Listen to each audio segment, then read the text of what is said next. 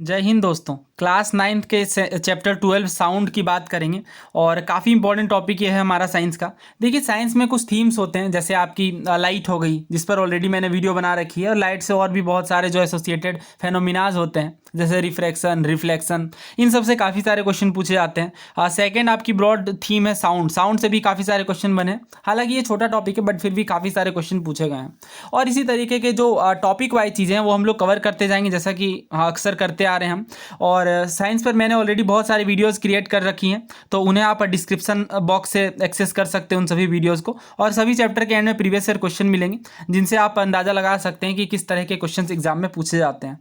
तो प्रतिदिन हम लोग बहुत तरह की ध्वनियाँ सुनते हैं, काफ़ी सारे साउंड सुनते हैं, जैसे ह्यूमंस की, बर्ड्स की, बेल्स की, मशीन की, बहुत तरह के अलग अलग साउंड्स हमें सुनने को मिलते हैं। तो साउंड है क्या? Sound is a form of energy which produces a sensation of hearing in our ears. यानी ध्वनि एक तरह की एनर्जी का फॉर्म है। Okay, it is a form of energy जिनसे हमारे कानों में हियरिंग की सेंसेशन उत्पन्न होती है, और इस कारण हम चीज़ें सुन पाते हैं, राइट। और जैसे अलग अलग तरह की एनर्जी होती हैं, जैसे mechanical energy, heat energy, light energy, उसी तरह का एनर्जी का एक फॉर्म है, एक रूप है। ओके, तो यहाँ से आप समझ सकते हैं कि एनर्जी के पास जो प्रॉपर्टीज़ होंगी, उस तरह की कुछ प्रॉपर्टीज़ साउंड में भी देखने को मिलेंगी। ना बात करते हैं ध्वनि उत्पन्न कैसे होती है। Okay, how the sound produces. तो देखिए साउंड के प्रोड्यूस होने के लिए बहुत सारे रीजंस हो सकते हैं, जैसे plucking, scratching, rubbing, blowing. Okay, और भी बहुत तरह का, स्ट्राइकिंग भी एक इंपॉर्टेंट फीचर है साउंड के उत्पन्न होने का। तो इस तरह की अलग अलग गतिविधियों के माध्यम से ध्वनि उत्पन्न हो सकती है। ना बात करते हैं कि ह्यूमन वॉइस, ओके, यानी मानव ध्वनि कैसे उत्पन्न होती है। तो जो ह्यूमन वॉइस की साउंड है, ये प्रोड्यूस होती है वोकल कॉर्ड्स में वाइब्रेशन से। अभी इस पर हम लोग डिटेल में बात करेंगे कि वोकल कॉर्ड्स में किस तरीके से वाइब्रेशन होता है, जिससे ह्यूमन वॉइस बाहर आती है। ओके, और साउंड के माध्यम से इन चीज़ों पर अभी हम लोग डिटेल में बात करेंगे। दोस्तों, ना बात करते हैं प्रोपगेशन ऑफ साउंड की, यानी ध्वनि गमन कैसे करती है, एक जगह से दूसरी जगह में कैसे पहुंचती है। तो इसका सिंपल सा आंसर है वाइब्रेशन के थ्रू। ओके, देखिए साउंड प्रोड्यूस होती है ऑब्जेक्ट के वाइब्रेट होने से, और वाइब्रेट होने से क्या होता है कि जो मैटर या फिर जो सब्सटेंस है जिनसे साउंड ट्रांसमिट हो रहा है, वो कहलाता है मीडियम, माध्यम। जैसे हवा के माध्यम से ध्वनि एक जगह से दूसरी जगह पहुंच सकती है, लिक्विड के माध्यम से भी पहुंच सकती है, या गैस के माध्यम से भी ध्वनि एक जगह से दूसरी जगह पहुंच सकती है। तो होता क्या है एक्चुअली, मान लीजिए साउंड कहीं से जनरेट हुई, अब ये लिसनर तक पहुंचती है। लिसनर तक पहुंचने के लिए जो भी मीडियम ये यूज करती है, उस मीडियम के थ्रू ये साउंड वेव्स एक जगह से दूसरी जगह प्रोपगेट करते हैं। देखिए, तो जो मीडियम है जहाँ से साउंड उत्पन्न हो रहा है, उसके पार्टिकल जो कि उसके साथ कांटेक्ट में है, सबसे पास वाले, वो पहले वो जो पार्टिकल्स होते हैं वो सबसे पहले वाइब्रेटिंग ऑब्जेक्ट सबसे पहले डिस्प्लेस होते हैं, और इसके बाद इक्विलिब्रियम पोजीशन के तहत एक पार्टिकल दूसरे पार्टिकल में फोर्स लगाता है अपने एडजेसेंट पार्टिकल को, और इस तरीके से ध्वनि गमन करती है एक दूसरे पार्टिकल को डिस्प्लेस करते हुए। ओके, तो यहाँ पे आप देख सकते हैं कि after displacing the adjacent particle, the first particle come back to its original position. Okay, और इस तरीके का प्रोसेस चलता रहता है जब तक कि ध्वनि हमारे कानों तक ना पहुँच जाए। तो जो मीडियम के पार्टिकल्स होते हैं, जब वो अपने नेबरिंग पार्टिकल्स को मोशन में लेकर के आते हैं, तो फिर वो गमन करते हैं, ओके, मीडियम के थ्रू। तो ये जब पार्टिकल्स एक जगह से दूसरी जगह पहुंचते हैं, तो इनसे जो डिस्टर्बेंस जनरेट होता है वो वेव कहलाता है। तो वेव क्या है? तो माध्यम में जो डिस्टर्बेंस देखने को मिल रहा है, जिसके कारण एक जो साउंड की वेव है वो एक जगह से दूसरी जगह पहुंच रही है, वही वेव कहलाती है।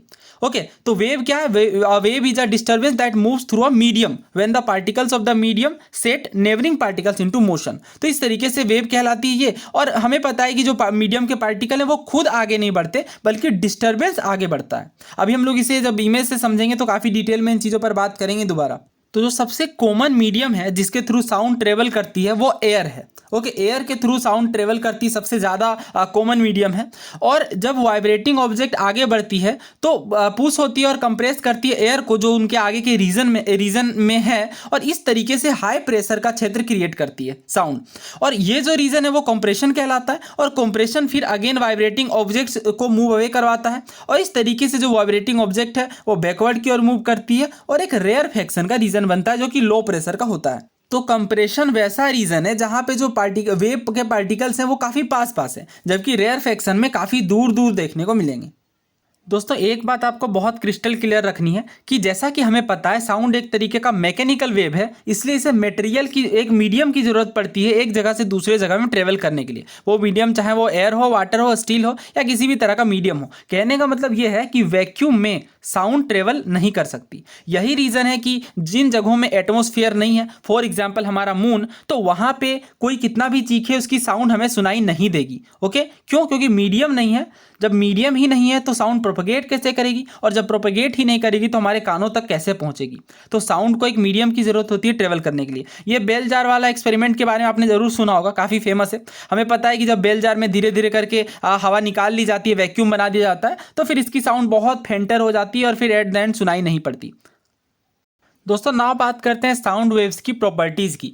तो देखिए, साउंड वेव लॉन्गिट्यूडनल वेव्स होती हैं। अब लॉन्गिट्यूडनल वेव्स और ट्रांसवर्स वेव्स के बीच क्या डिफरेंस है, ये आपको पता होना चाहिए। तो ट्रांसवर्स वेव और लॉन्गिट्यूडनल वेव में जो डिफरेंस है, वो सारा खेल वाइब्रेशन जो होती है पार्टिकल्स के द्वारा उसके डायरेक्शन का है। जैसे अगर ट्रांसवर्स वेव में हम बात करें तो जो पार्टिकल्स वाइब्रेट करते हैं वो परपेंडिकुलर डायरेक्शन वाइब्रेट करते हैं। देखिए, ये हमारी वेव की डायरेक्शन, लेकिन जो पार्टिकल्स वाइब्रेट कर रहे हैं वो बिल्कुल परपेंडिकुलर वाइब्रेट कर रहे हैं। जबकि लॉन्गिट्यूडनल के केस में, जो कि हमारी साउंड वेव्स होती हैं, इनके केस में अगर आप देखें तो पार्टिकल पैरेलल मूव कर रहे हैं। ओके, और कहीं पास में आ जा रही है पार्टिकल्स और कहीं पे दूर दूर पे, और हमें पता है कि इनको कंप्रेशन और रेयरफेक्शन बोलते हैं, जो दूर दूर में होते हैं, राइट। तो यहाँ पे क्रेस्ट और ट्रैप बनता है। क्रेस्ट का मतलब श्रिंग होता है, यानी ऊपर वाला पोर्शन, ओके, वेव पार्टिकल्स जो है उसका, और नीचे वाला पोर्शन कहलाता है गर्त। हिंदी में गर्त कहते हैं, इंग्लिश में से क्रेस्ट और ट्रफ कहते हैं, राइट। लेकिन यहाँ पे कंप्रेशन और रेयरफेक्शन बनता है, और ये फॉर्म कैसे होता है, surface of solid and liquid से, जबकि ये सॉलिड, लिक्विड और गैस तीनों जगह में फॉर्म्ड होता है लॉन्गिट्यूडनल वेव्स। अभी हम इनकी बात भी करेंगे कि कहाँ पे ये फास्ट होते हैं और कहाँ पे ये स्लो। तो एग्जाम्पल की बात कर लेते हैं। लॉन्गिट्यूडनल में हमने बात की साउंड वेव्स हैं, और ट्रांसवर्स में आप कोई भी एग्जाम्पल ले सकते हैं। जैसे अगर आप जो शांत जल है, अगर वहाँ पे कोई पत्थर फेंका जाता है तो उनसे जो वेव्स क्रिएट होती हैं वो भी ट्रांसवर्स वेव्स ही होती हैं। तो इस तरीके के एग्जाम्पल से इसे डेमोन्स्ट्रेट करके दिखाया गया है कि जब आप स्प्रिंग को भी खींचते हैं तो कुछ जगहों पे ये काफ़ी पास आ जाते हैं, ओके, तो ये कंप्रेशन कहलाता है, और कुछ जगहों पे दूर होते हैं, वो रेयरफेक्शन। तो यहाँ से आप इस बात को भी समझ सकते हैं कि जो पार्टिकल्स हैं वो खुद एक जगह से दूसरी जगह मूव नहीं करते, बल्कि ये ओसिलेट करते हैं। ओके, ओसिलेट करते हैं 2 और 4 यानी आगे और पीछे अपने रेस्ट के पोजीशन से। दोस्तों नाउ कुछ टर्म्स होते हैं जो आपको बिल्कुल क्लियर होने चाहिए। जैसे पहला है फ्रीक्वेंसी। तो फ्रीक्वेंसी, जैसे कि नाम से स्पष्ट हो रहा है कि कोई चीज़ कितनी फ्रीक्वेंटली हो रही है, उसे फ्रीक्वेंसी कहते हैं। जैसे अगर मैं एग्जांपल की बात करूं तो यहाँ पे देखिए एनसीईआरटी के अंदर क्या एग्जांपल दिया, how many times you are beating the drum per unit time is called the frequency of your beating the drum. कहने का मतलब ये है कि पर यूनिट टाइम में आप जितनी बार बीट कर रहे हो ड्रम को, वो उसकी फ्रीक्वेंसी कहलाएगी ड्रम की, राइट। लेकिन अगर आप फिजिक्स के कंसेप्ट के अकॉर्डिंग देखें तो एक सेकेंड में या फिर किसी यूनिट ऑफ टाइम में जितनी बार जितने नंबर ऑफ वेव्स पास करेंगी वही कहलाएगी उसकी फ्रीक्वेंसी। तो ये बेसिकली वेव्स के नंबर से मैटर करता है, ओके। या फिर आप यहाँ पे इस कंडीशन में, साउंड के कंडीशन में ओसिलेशन भी कह सकते हैं, क्योंकि साउंड के केस में हमें पता है कि साउंड की जो वेव्स है वो लॉन्गिट्यूडनल है, ओके। तो इस आधार पर आप ओसिलेशन भी कह सकते हैं। अदरवाइज फिर अगर आप ट्रांसवर्स वेव्स के केस में देखेंगे तो वहाँ पे आप वेव्स कह सकते हैं कि पर यूनिट टाइम में जितनी बार ओसिलेट करेगा वही उसकी फ्रीक्वेंसी कहलाएगी। बहुत आसान सा टर्म है। फ्रीक्वेंसी का मतलब संख्या से मैटर करता है, जितना नंबर ऑफ ओसिलेशन हो रहा है साउंड वेव्स का वो। और फ्रीक्वेंसी को रिप्रेजेंट करते हैं न्यू से, ओके। ये वी जैसा दिखता है, ये न्यू कहलाता है, ये ग्रीक लेटर है, और सिंबल होता है हर्ट्ज। तो जैसा कि अभी मैंने बात की फ्रीक्वेंसी और टाइम पीरियड के बीच इनवर्स का रिलेशन है, तो होता भी वही है। इसका फॉर्मूला न्यू इक्वल टू 1/टाइम पीरियड। दोस्तों ना एक और टर्म की बात करते हैं, वेवलेंथ की। अगर आप इस टर्म को समझ लेंगे तो फिर काफ़ी आसान हो जाएगा आपके लिए इस फॉर्मूला को समझना। देखिए, वेवलेंथ नाम से स्पष्ट है, दो वेव्स के बीच की लेंथ, और बिल्कुल नाम के ही अकॉर्डिंग ये है। तो यहाँ पे एग्जाम्पल तो ट्रांसवर्स का है, बट यहाँ से भी आप समझ सकते हैं कि हाँ, जो दो वेव्स, ये देखिए ये क्रेस्ट है और इस तरीके से जो दूसरा वाला क्रेस्ट है, इनके बीच की जो दूरी है वो वेवलेंथ कहलाती है, और इसे रिप्रेजेंट करते हैं लेमड़ा से। अगेन ये एक ग्रीक लेटर है ना। यहाँ पे अगर फॉर्मूला की बात करें तो वेव की स्पीड का फॉर्मूला दिया हुआ है, तो वेव की स्पीड v से रिप्रेजेंट कर सकते हैं, और इनटू ये आपका वेवलेंथ आएगा जो कि लेमड़ा से रिप्रेजेंट होता है, और ये फ्रीक्वेंसी को f नहीं नियो से रिप्रेजेंट करते हैं। तो थोड़ी बहुत न्यूमेरिकल भी कर लेनी चाहिए, क्योंकि बहुत बार क्वेश्चन थोड़े इजी ही क्वेश्चन आते हैं, बहुत आसान क्वेश्चन आते हैं, बट अगर आपको बेसिक फार्मूलाज वगैरह के बारे में पता है तो काफ़ी आसानी से आप सॉल्व कर सकते हैं। जैसे इस केस में देखिए एग्जांपल 12.1 में साउंड वेव की फ्रीक्वेंसी दी गई है, तो फ्रीक्वेंसी मैंने बताया नियो से रिप्रेजेंट करते हैं, 2 किलो हर्ट्ज है, तो इसको अगर हम लोग किलो को चेंज करेंगे सिंपली तो ये 2000 हर्ट्ज हो जाएगा, राइट। और इसके बाद हमें वेवलेंथ दी गई है, यानी वेवलेंथ यानी लेमडा, और इसकी वैल्यू 35 सेंटीमीटर। तो हमेशा हम मीटर में चेंज करते हैं बिकॉज मीटर एक ऐसा यूनिट है, राइट। तो 100 से डिवाइड होगा यानी 0.35 मीटर। हमसे पूछा गया है कितना टाइम लगेगा, क्या पूछा गया, कितना टाइम लगेगा, हाँ, how long will it take to travel 1.5 kilometre. तो काफ़ी आसान है, यहाँ से आप सिंपली इसे कैलकुलेट करेंगे वेव की स्पीड निकाल करके, ओके। और इन दोनों को मल्टीप्लाई किया जाएगा, जैसा कि मैंने बताया लेमडा इंटू नियो करते हैं तो यहाँ से हमारी स्पीड निकल करके आ जाती है। तो ये आ गई 700 मीटर पर सेकेंड मल्टीप्लाई करने से। दोस्तों नाउ हमारा जो अगला कंसेप्ट है, जैसा कि मैंने बात की मीडियम चेंज होने पे साउंड की स्पीड पे बहुत ज़्यादा इम्पैक्ट पड़ता है। तो इसी की बात करेंगे कि अलग अलग मीडियम में जो साउंड की स्पीड है वह किस तरीके से वेरी करती है, किस तरीके से चेंज होती है। तो यहाँ पे पहले एक एग्जाम्पल देखते हैं। हमें पता है थंडर स्टॉर्म के टाइम पे जो साउंड होती है थंडर की वो थोड़े बाद में सुनाई देती है, पहले जो लाइट का फ्लैश है वो पहले दिखाई देता है। यानी इस फेनोमिना से क्या स्पष्ट होता है, यह स्पष्ट होता है कि जो लाइट की स्पीड है वो ज़्यादा होगी डेफिनेटली, तभी तो लाइट की फ्लैश पहले दिखाई दे रही है, और जबकि थंडर का साउंड बाद में सुनाई दे रहा है, यानी रिलेटिवली जो लाइट की स्पीड है उससे स्लो होगी साउंड की स्पीड। और ये बिल्कुल ट्रू फैक्ट है, तो इस बात को आपको ध्यान भी रखना है। एग्जाम में भी बहुत बार इससे सवाल पूछे गए हैं, अभी हम लोग देखेंगे भी। नाउ अगर बात करें साउंड के स्पीड की तो ये घटती जाती है जब आप सॉलिड से गैसियस स्टेट की ओर मूव करते हैं। ऐसा क्यों होता है, थोड़ा इसे भी समझ लेते हैं। Solid, liquid, gas. तो हमें पता है कि सॉलिड के जो पार्टिकल्स हैं आपस में, जो कॉन्स्टिट्यूएंट पार्टिकल्स हैं जिनसे मिलकर वो बने हैं, वो काफ़ी पास पास हैं। लिक्विड में इसके मुकाबले थोड़े दूर हैं, और गैस में तो काफ़ी दूर दूर पार्टिकल्स हैं। तो हमें पता है कि साउंड को ट्रेवल करने के लिए मीडियम की जरूरत होती है। बिना मीडियम के ये ट्रेवल नहीं कर सकती, वैक्यूम में साउंड ट्रेवल नहीं कर सकती। तो यही रीज़न है कि जब सॉलिड में पास पास पार्टिकल्स हैं तो काफ़ी अच्छा मीडियम उन्हें मिल रहा है मूव करने के लिए, और यही रीज़न है कि काफ़ी जल्दी वो मूव कर जाती है, और इस तरीके से जो साउंड वेव्स होती हैं वो सॉलिड में सबसे फास्ट मूव करती हैं। और जैसा कि रिलेटिवली हमें पता है कि लिक्विड के पार्टिकल थोड़े दूर होते हैं और गैस के काफ़ी ज़्यादा दूर दूर होते हैं। तो इस तरीके से लिक्विड में आप कह सकते हैं कि जो साउंड की स्पीड है वो रिलेटिवली कम होगी, और गैस में उनसे भी कम होगी। ओके, ये इसके पीछे का रीज़न है, और जो कि काफ़ी आसान है समझना। और इसके अलावा टेम्परेचर का भी इम्पैक्ट देखने को मिलता है साउंड की स्पीड में। जैसे अगर आप देखें जिस मीडियम में साउंड ट्रेवल कर रही है, अगर उसकी टेम्परेचर बढ़ा दी जाए तो स्पीड भी इंक्रीज कर जाएगी।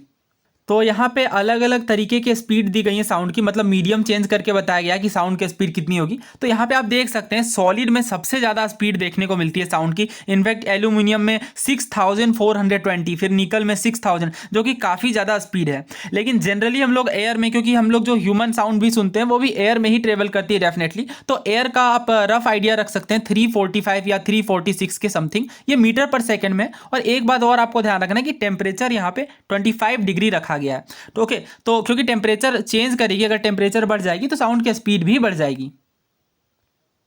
दोस्तों ना बात करते हैं साउंड के रिफ्लेक्शन की। तो देखिए साउंड भी बाउंस बैक करती है सॉलिड या फिर लिक्विड में, जैसे कि एक रबर बॉल बाउंस करता है वॉल में, इसी तरीके का साउंड का भी देखने को मिल सकता है। ये एग्जांपल से आप अच्छे से समझ सकते हैं।